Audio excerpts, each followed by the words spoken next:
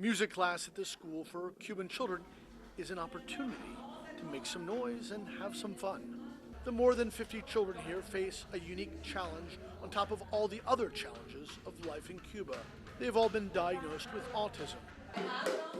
Music therapy is one of the treatments the school offers the kids, who range from ages 6 to 18.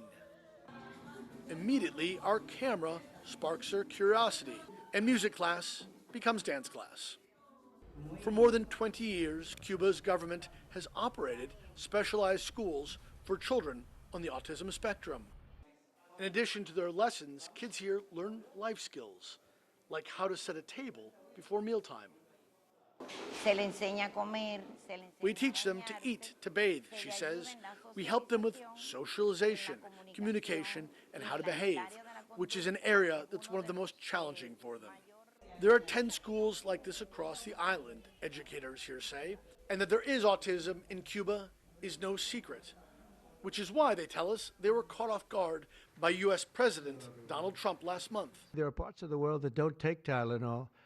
I mean, there's a rumor, and I don't know if it's so or not, that Cuba, they don't have Tylenol because they don't have the money for Tylenol, and they have virtually no autism, okay? Tell me about that one.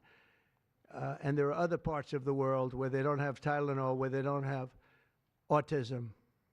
That tells you a lot. Both of Trump's claims that there is next to no autism and no Tylenol in Cuba are contradicted by the facts on the ground. We've already shown you that yes, autism exists in Cuba, and as well, for decades, Cubans had readily accessible to them a locally produced version of Tylenol.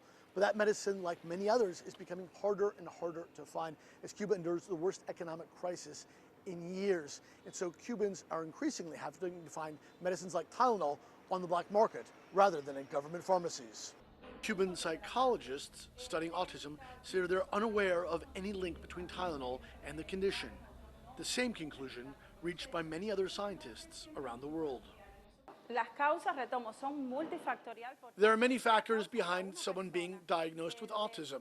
It's very unique. It has to do with genetics. There are some factors that are hereditary, others no. Autism is part of life in Cuba. And it's also true that people with autism face the same shortages that everyone else here does, which the Cuban government maintains are primarily the result of increased U.S. economic sanctions. This school has been hit hard by daily power cuts and plummeting salaries for state employees. We do lack things, she says. To say we do not lack things, materials and tools, isn't true. We need them. The human resources we have, which is the most important. Despite Trump's misinformed comments, Cubans studying autism tell us they would welcome closer collaboration with the U.S. to further understand a global health issue that transcends both borders and politics. Patrick Oppmann, CNN, Havana.